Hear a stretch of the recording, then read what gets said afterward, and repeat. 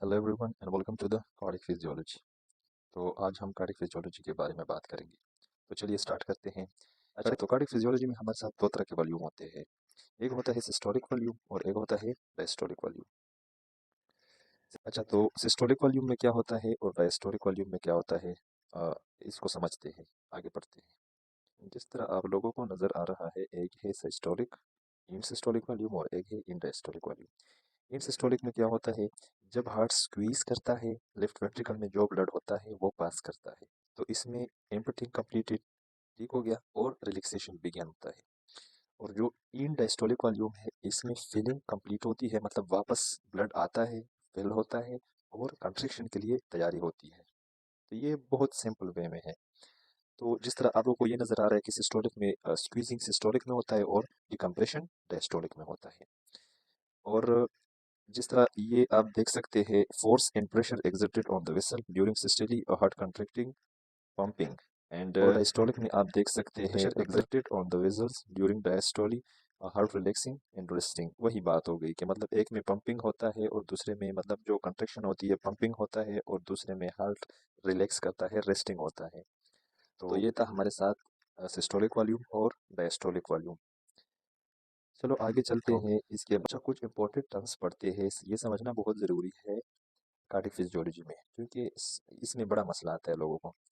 तो जिस तरह कि आप लोगों को नज़र आ रहा है, stroke volume is equal to end diastolic volume minus end systolic volume. इसका मतलब ये है कि the difference between the end diastolic volume and the end systolic volume, अगर इसमें इसमें जो डिफरेंस है वो हमारे साथ क्या है, स्ट्रोक वॉल्यूम। एजेक्शन फ्रिक्शन हमारे साथ क्या है, एजेक्शन फ्रिक्शन हमारे साथ systolic volume divided by in diastolic volume.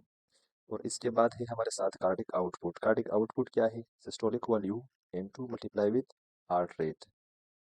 मतलब मतलब स्ट्रोक वॉल्यूम है, जो स्ट्रोक वॉल्यूम अगर हम इसको हार्ट रेट के साथ मल्टीप्लाई करेंगे तो हम उससे कार्डिक आउटपुट का पता लगा सकते हैं कि इसमें मतलब कार्डिक आउटपुट कितना है। अच्छा, तो दूसरे अल्फाज में हम स्ट्रोक वॉल्यूम को इस तरह डिफाइन कर सकते हैं, ये हमारे साथ वो ब्लड होता है जो पुश करता है लेफ्ट वेंट्रिकल हर एक हार्ट बीट पे। स्ट्रोक वॉल्यूम की डिफिनीशन फिर इस तरह होगी कि the amount of blood passes by the left ventricle on each heart beat. ये हमारे साथ कार्डिक आउटपुट का एक एग्जांपल है। अगर हम कार्डिक आउटपुट का फार्मूला ले stroke volume into heart rate, for example अगर हमारे साथ स्ट्रोक वॉल्यूम 75 है और हार्ट रेट हमारे साथ 60 है, तो ये हमारे साथ बनता है, मल्टीप्लाई करेंगे तो इसको 4500 मिलीलीटर पर मिनट। लेकिन हम अगर इसको लीटर में कन्वर्ट करें तो ये आता है 4.5 लीटर पर मिनट। तो इसी फार्मूले से हम कार्डिक आउटपुट का पता लगा सकते हैं। तो ये हो गया हमारे साथ कुछ इंपॉर्टेंट टर्म्स। वेनस रिटर्न, हमारे साथ blood return to the left ventricle should be equal to the cardiac output. हमारे पास अगर लेफ्ट वेंट्रिकल में ब्लड आ रहा है तो वो कार्डिक आउटपुट, तो वो हमारे साथ कार्डिक आउटपुट के बराबर होना चाहिए, अगर नहीं है तो देयर समथिंग रॉन्ग।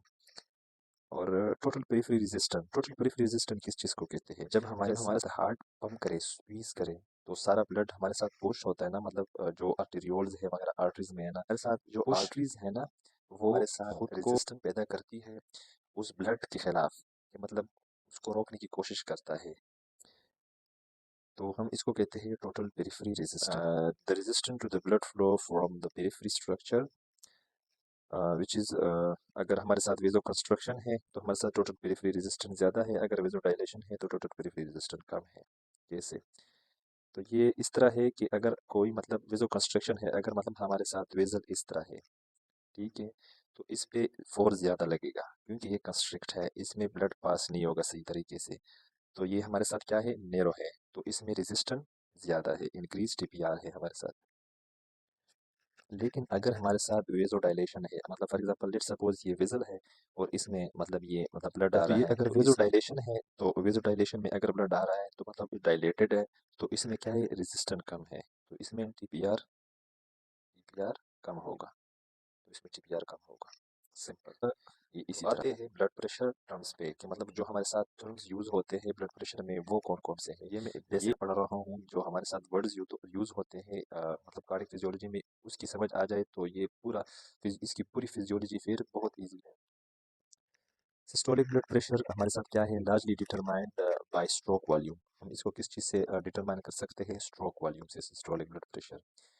और जो हमारे साथ डायस्टोलिक ब्लड प्रेशर है, हम लार्जली डिटरमाइन करते हैं किस चीज़ से? टीआरपी से। और एक और इम्पोर्टेंट चीज़, पल्स प्रेशर। पल्स प्रेशर क्या है? Pulse pressure is the difference between the systolic blood pressure and diastolic blood pressure. अगर हम सिस्टोलिक ब्लड प्रेशर से डायस्टोलिक ब्लड प्रेशर निकाल दें तो ये आ जाता है हमारे साथ पल्स प्रेशर। लेट्स सपोज अगर हमारे साथ एक सिस्टोलिक ब्लड प्रेशर है 120 नॉर्मल लिखते हैं, और 80 डायस्टोलिक 80 है, तो ये फार्मूला है systolic blood pressure minus diastolic blood pressure, मतलब 120 से माइनस डायस्टोलिक, तो ये कितना आता है? 40। तो ये हमारे साथ क्या हो गया? 40 जो है ना हमारे साथ पल्स प्रेशर है। और pulse pressure proportional to systolic stroke volume, proportional to stroke volume. अगर हमारे साथ स्ट्रोक वॉल्यूम ज़्यादा है, पल्स प्रेशर ज़्यादा, स्ट्रोक वॉल्यूम कम, पल्स प्रेशर कम। ये समझते ये देखिए इसमें लिखा है what does my blood pressure reading mean. ये मैंने एक डायग्राम डाला है नॉर्मल ब्लड प्रेशर, और इसमें मतलब स्टेजेस है कि मतलब हाइपरटेंशन, प्री हाइपरटेंशन है, स्टेज 1 है, 2 है एंड क्राइसिस है उसमें। तो नॉर्मली हमारे साथ 120 और 80 के दरमियान रहता है। और प्री हाइपरटेंशन 120, 139 एंड 140, 159 स्टेज 1 है हमारे साथ। मतलब ये हमारे साथ अच्छा, ये स्टेज 1 हो गया। इसके बाद अबव 160 हमारे साथ स्टेज 2 है, और 180 अबव है तो it's mean it's very emergency. It's 180, it's mean emergency. तो ये हमारे साथ हो गए कुछ इंपॉर्टेंट पॉइंट्स। अच्छा, इसके बाद आते हैं कुछ और ब्लड प्रेशर टर्म्स हैं जो नॉर्मली यूज़ होते हैं, उसको समझने की कोशिश करते हैं। इसमें है mean arterial pressure. Mean arterial pressure, ये उसका फार्मूला है diastolic blood pressure plus half systolic blood pressure minus diastolic blood pressure.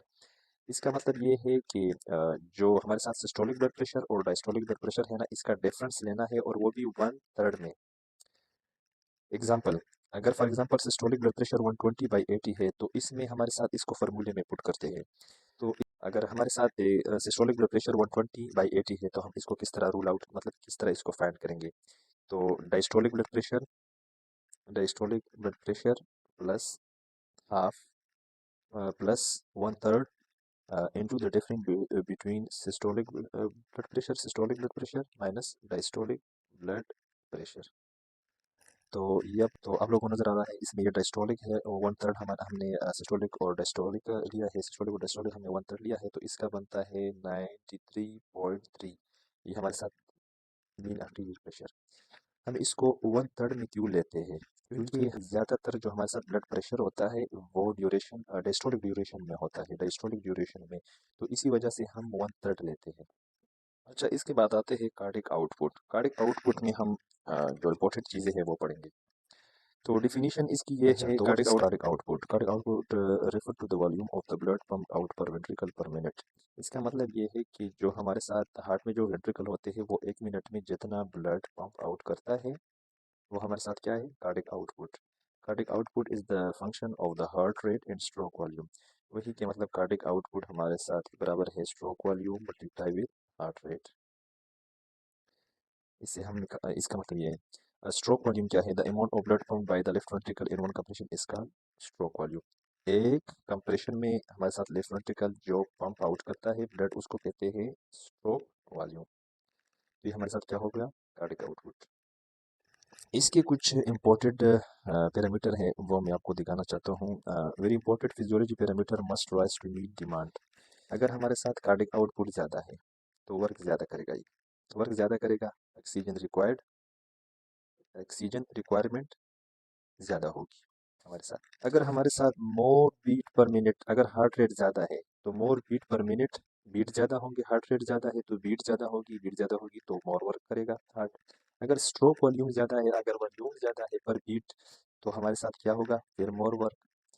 तो इसी तरह है, अगर मतलब हमारे साथ स्ट्रोक वॉल्यूम और हार्ट रेट ज़्यादा है तो कार्डिक आउटपुट ज़्यादा होगा, सिंपल। अच्छा, कार्डिक आउटपुट का ये एक फार्मूला है एग्जांपल के साथ, तो इस पे थोड़ा सा एक नज़र डालते हैं।